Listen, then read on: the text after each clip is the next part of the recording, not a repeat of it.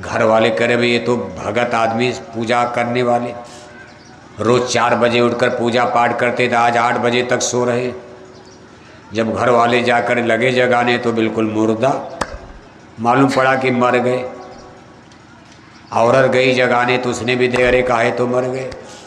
अब सब लोग लगे जोर जोर से रोने। मरने के बाद क्या होता है, कोई जोर तो है नहीं, मरने के बाद रो लिया जाता है। उसके आगे आदमी क्या कर सकता, थोड़ा अपने दर्द को 2-4 घंटे रो करके थक जाते हो, आंसू आंसू गिर जाता, कुछ हल्के हो जाते हो। यही परंपरा है, घर वाले रोते हैं और गांव वाले जब आते हैं तो कफन दफन की डोली की तैयारी करते। गांव वाला रोएगा? गांव वाला क्यों रोएगा?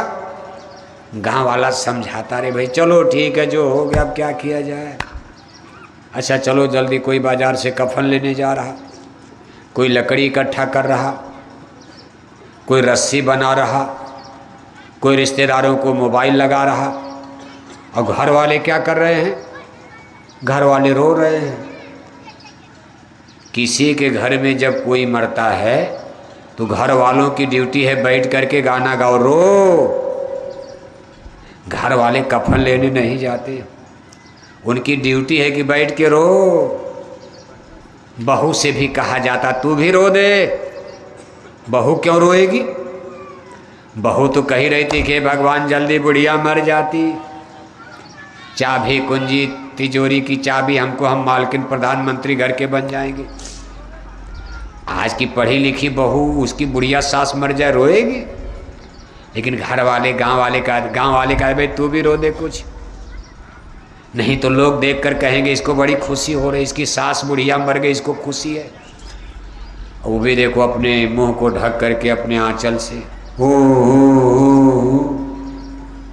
अब BA में पास, इंटेलेक्चुअल है, इंजीनियर डॉक्टर होना तो उसको आता नहीं।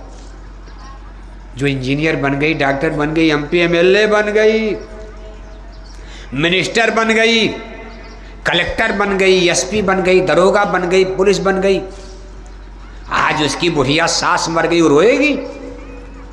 लेकिन घर वाले, गांव वाले कहते तू भी रो दे, नहीं तो लोग कहेंगे इसकी बूढ़ी सास मर गई, इसको बड़ी खुशी हो रही है।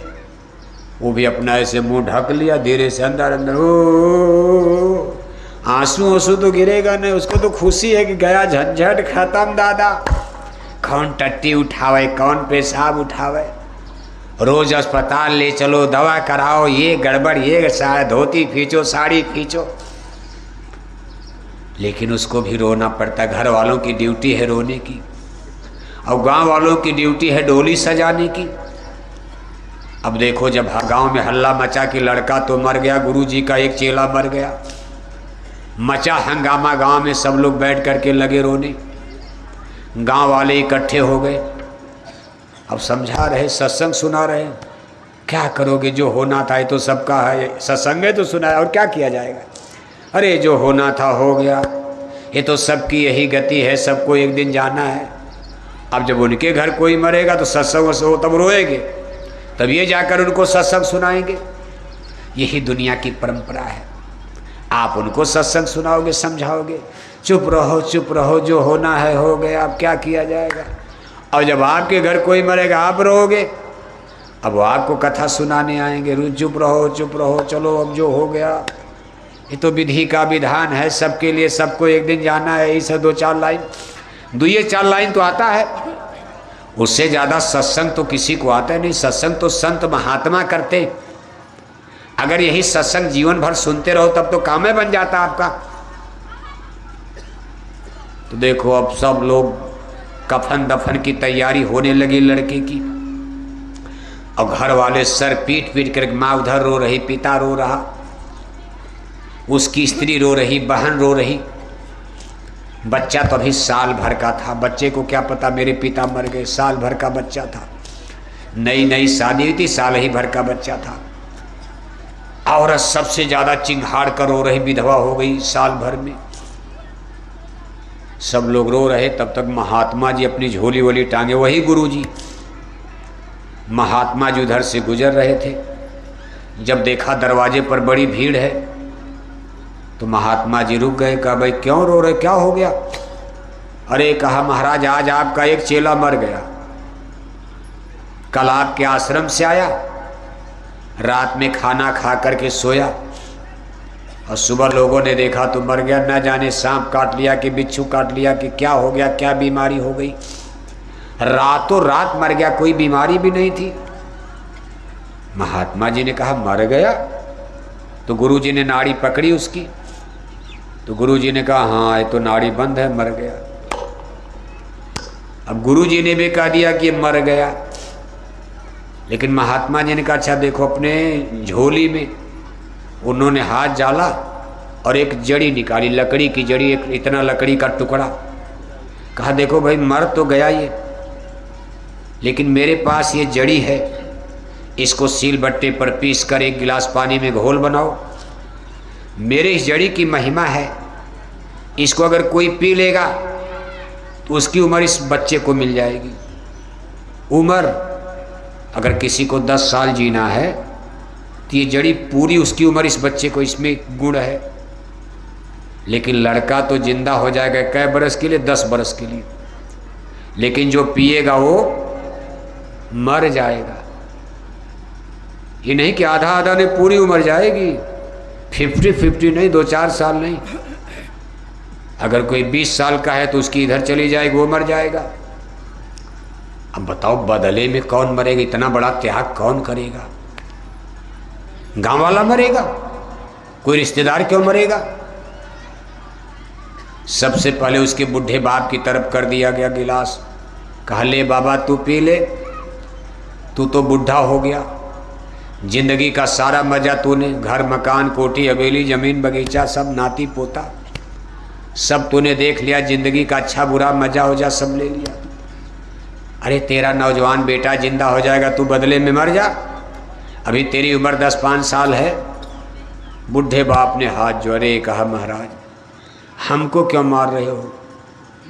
अगर मैं मर गया तो मेरी बुढ़िया का क्या होगा? बताओ। बुढ़े के लिए बुढ़िया सामने खड़ी हो, कहा मेरी बुढ़िया है,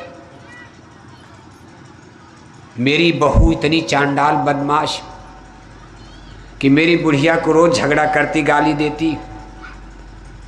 मेरे मरने के बाद पता नहीं मेरी बुढ़िया को रोटी देगी कि नहीं देगी, कम से कम मैं इसका सहारा तो बना रहूँगा। अब देखो बुढ़े को अपनी बुढ़िया की ममता सता रही। इसके बाद बूढ़ी माँ से कहा गया तू पी ले, तो बुढ़िया ने कहा मेरे बुढ़े का क्या होगा, मेरी बहू मेरे बुढ़े को रोटी वोटी तो देती नहीं है ठीक से, मैं ही इसका सहारा, हम बुढ़े बुढ़ी मिलकर अपना जीवन। अब 2 लोग तो निकल गए धीरे से, माँ बाप निकल गए। अब औरत का नंबर जो जोर जोर से रो रही, सर पटक पटक कर, कहा ले बच्ची तू पी ले, तू मर जा। अरे उसने कहा मरना तो ये, या मरे या मैं मरूँ, एक तो मर ही जाएगा, और अगर मैं मर गई तो मेरा 1 साल भर का बच्चा कहाँ जाएगा? क्योंकि उसके पास बच्चा पैदा हो चुका था। पुत्र का मोह पति के मोह से कम नहीं होता, वो भी साल भर का बच्चा। कहा अगर मैं मर गई तो मेरा साल भर का बच्चा। दूसरे अभी मेरी उम्र क्या है, अभी तो 2 साल पहले मेरी शादी, मेरी उम्र ही क्या है? अगर मुझसे नहीं होगा तो अभी तो मैं दूसरी शादी भी कर सकती हूँ। बस ये सब बात लड़का सुन, मरा थोड़ो न है, लड़का मरा नहीं था, सब सुन, यहाँ तक तो ठीक था। लेकिन जब उसने कहा कि अभी मेरी उम्र क्या है, अभी तो मैं दूसरी शादी भी कर सकती हूँ महाराज, जो मर गए अब काहे को झंझट पाल रहे, बदले में क्या मारना?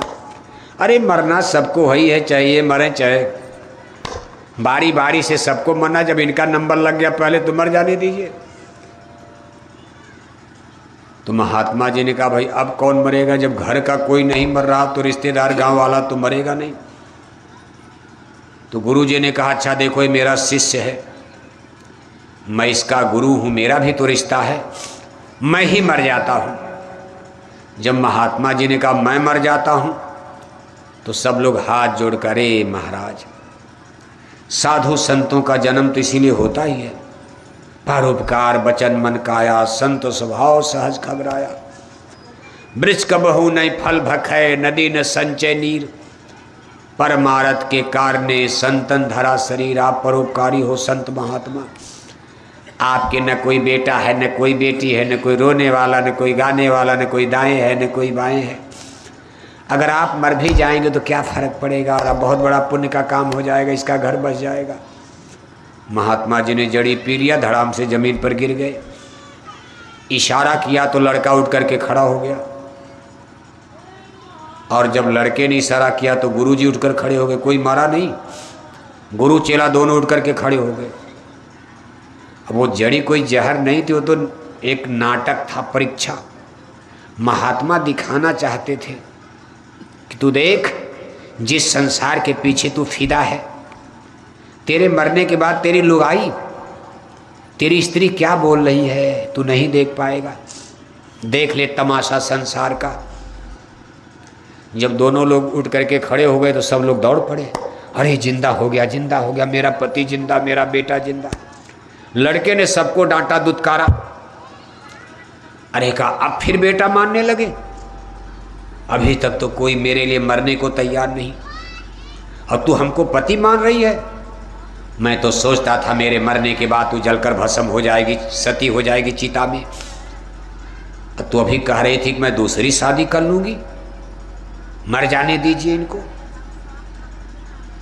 आज मुझे संसार का वास्तविक ज्ञान गुरु जी ने करा दिया। ये संसार बिल्कुल झूठा है, मोह है, माया है। लड़का ने कहा, गुरु जी आप जो सत्संग सुनाते थे, ये आमे काहू न काहू केरा कोई किसी का नहीं बनेगा। आज आपने हमको प्रैक्टिकल सैद्धांतिक रूप से दिखा दिया, प्रत्यक्ष में दिखा दिया, मुझे अनुभव करा दिया। अब मेरी आत्मा के कल्याण के लिए भगवान के भजन का रास्ता दीजिए। महात्मा जी ने कहा, बच्चा तुमको घर में ही रहना है, अंदर से दुनिया का त्याग करो। जैसे जल बीच कमल निरालम, मुर्गाई निशानम। कहते भाई जैसे आप देखते हो मुर्गाई एक चिड़िया होती, कमल को आप देखते हो कीचड़ में रहता, लेकिन कभी उसके पत्ते फूल कीचड़ में नहीं जाते। इसी तरह संसार में रहकर हमको आपको अपनी आत्मा के कल्याण करने के बारे में सोचना चाहिए। गृहस्थाश्रम में रोटी कपड़ा मकान का जहाँ सवाल है, गृहस्थाश्रम में तो रहना पड़ेगा। सब लोग साधु बन जाओगे, रोटी कहाँ से खाओगे? मान लो पूरा जहानाबाद साधु बन जाए, पूरा गांव साधु बन जाए, कोई खेती न करे, कोई दुकान न करे, कोई दफ्तर न करे, नौकरी चाकरी न करो,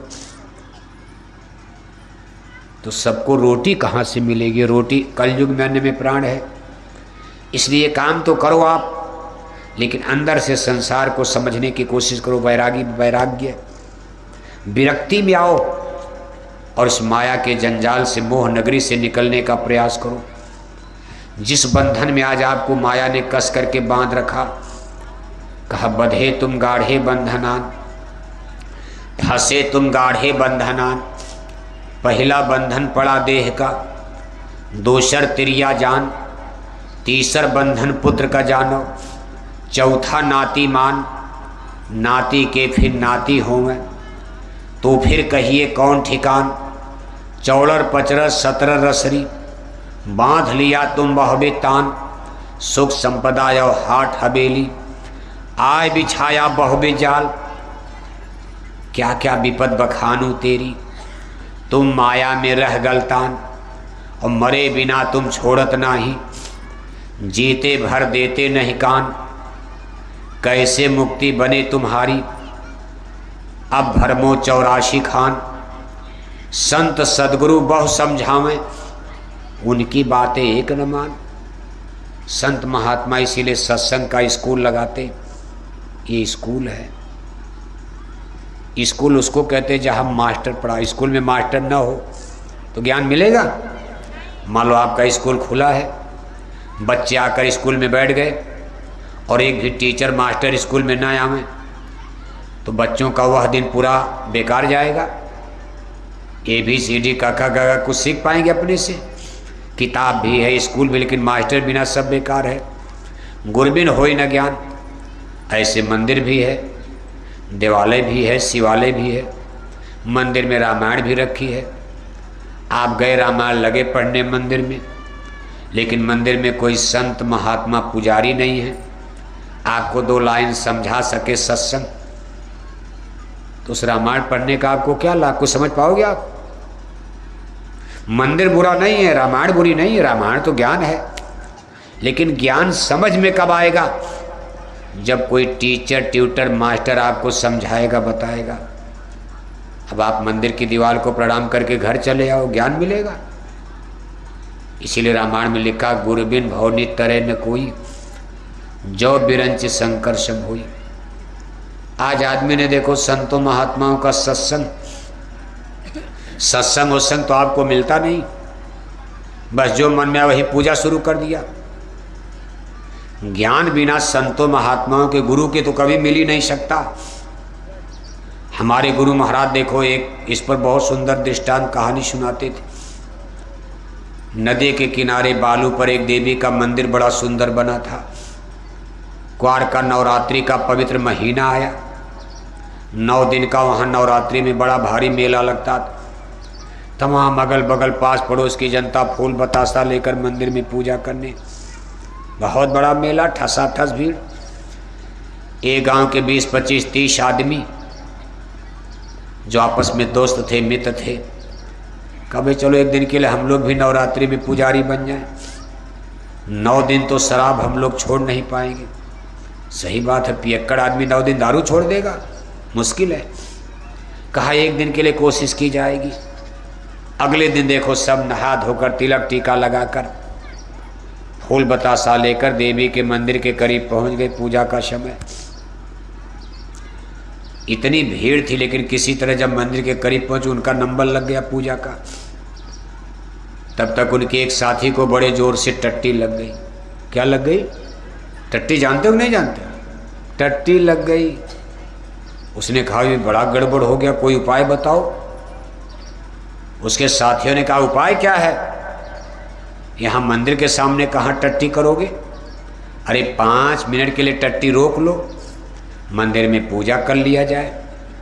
यहाँ से बाहर चलो, नदी के किनारे जंगल में टट्टी करो, नदी में पानी मिलेगा। यहाँ टट्टी कहाँ करोगे?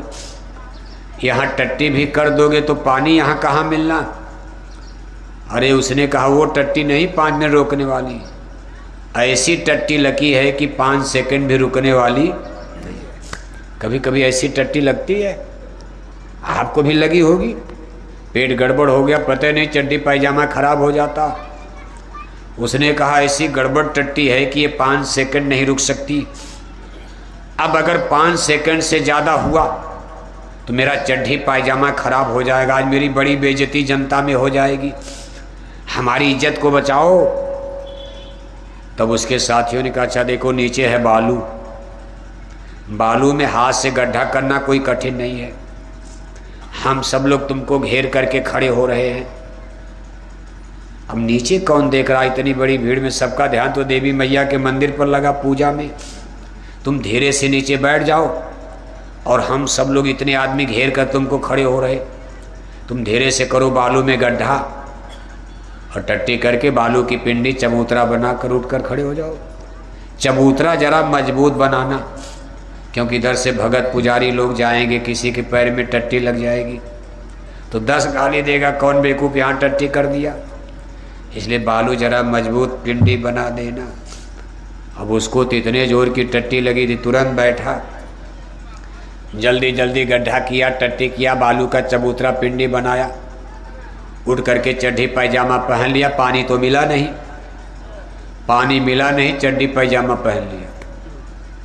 अब वो आदमी लगा सोचने कि हम तो अशुद्ध हो गए, हमारी फूल बतासा शुद्ध हो गई, अब आज तो पूजा हो नहीं पाएगी। अपना फूल बतासा उसी चबूतरा पर फेंक दिया, कहा कल पूजा करेंगे। उसके साथी लगे सोचने कि हम भी तो अशुद्ध हो गए, हमारे सामने ही टट्टी किया, हम लोग ना देखे होते तो बात अलग, हम लोग देख रहे टट्टी किया, पैजामा पहन लिया, पानी मिला नहीं, हम भी अशुद्ध। अब सब अपना फूल बतासा, 25-30 आदमी अपना अपना फूल बताशा उसी पिंडी पर चबूतरे पर फेंक कर मेला से कहा कल पूजा की जाए, आज स्थगित, पूजा का कार्यक्रम आज स्थगित, कल फिर से नहा धो करके पूजा किया जाएगा, नया फूल बतासा पवित्र है। अब इतना इतना फूल बतासा जहाँ गिर गया, अब ये लोग तो चले गए, पीछे से जनता आई तो अनुमान लगाने लगे कि ये कौन देवी का स्थान है, ये कौन देवी का स्थान है, कोई देव स्थान। तो एक आदमी ने कहा भाई किसी का गिर गया होगा, देवी की मैया का मंदिर तो आगे, ये तो किसी का गिर गया होगा। तो लोग कहने लगे गिरेगा तो 1 गिरेगा, 2 गिरेगा, 3 गिरेगा, 5 गिरेगा, इतना इतना फूल बतासा कैसे गिरेगा, जरूर किसी देवी का स्थान है। तब तक एक आदमी भीड़ में से दौड़ा आया, उसने झूठा दाव मार दिया। झूठ, जनता कितनी, दुनिया को क्या पता धर्म कर्म क्या। अरे उसने कहा इसी देवी मैया ने रात में हमको सपना दिया है। कहा बच्चा कल नदी के किनारे मेरा प्रगटीकरण होने वाला, मैं प्रकट होंगी नदी के किनारे देवी के रूप में। मैंने कहा मैया आपका नाम क्या रखा जाएगा? तो मैया ने कहा मुझको लोग कहेंगे हंगामा देवी। कौन देवी? मेरा नाम रहेगा हंगामा देवी। मैं कलयुग की देवी हूँ, मेरी हंगामा देवी के नाम से दुनिया पूजा करेगी कलयुग में। अब जब सपना की बात हो गई तो मुहर लग गई, बात पक्की हो गई। उसने कहा देखो हमने कहा कोई देवस्थान है, देखो बात पक्की हो गई, सपना देवी मैया ने दिया, देवी स्थान है। अब गांव गांव जनता में हल्ला में, अब ऐसी खबर तो जल्दी फैलती है, सही खबर तो कम फैलती, और ऐसी खबरें इतनी तेजी से फैलती।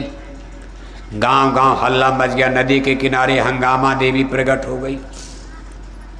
अरे जनता ने कहा पुरानी मैया की पूजा करते करते बुढ़ापा आ गया, एक मनौती मिन्नत पूरी नहीं हुई, अब नई मैया की पूजा किया जाए। शाम होते होते पुरानी मैया का मंदिर खाली हो गया और नई मैया के यहाँ भीड़ दबा दब हो गई, ठसाठस हो गई।